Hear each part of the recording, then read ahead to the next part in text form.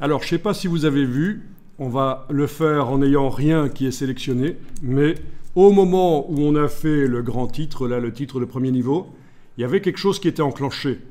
On va aller voir. Je double-clique pour aller voir. Et... non, pas titre de second niveau, c'est titre de premier niveau que je voulais aller voir, évidemment. Le grand titre, c'est ce que je disais. Titre de premier niveau, voilà. Eh bien, vu qu'il a été fait au départ d'un titre qui était de second niveau, il est l'enfant de ce style-là.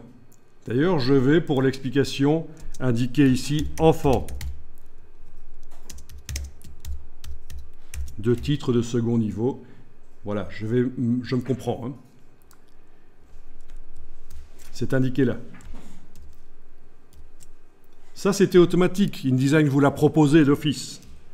On a fait du parentage de style. OK. On va maintenant cliquer sur titre de second niveau. Lui, il est créé d'après aucun style. Et lui, ça va être le parent de titre de premier niveau.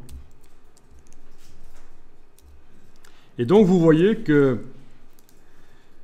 c'est un peu contre-intuitif. On pourrait se dire, tiens, l'enfant, ça va être le plus petit titre des deux, et le parent, ça va être le plus grand des deux. Mais il n'est pas du tout impossible techniquement de faire ceci. Hein. L'enfant, c'est le plus grand, et le parent, c'est le plus petit.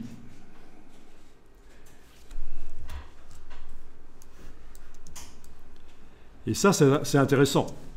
Le parentage de style. Il faut juste y faire attention quand vous créez un style de paragraphe, de bien regarder à la rubrique là d'après, qu'est-ce qui est indiqué, et si vous ne voulez pas faire de parentage, il faudra à ce moment-là indiquer aucun quand vous faites le style de paragraphe.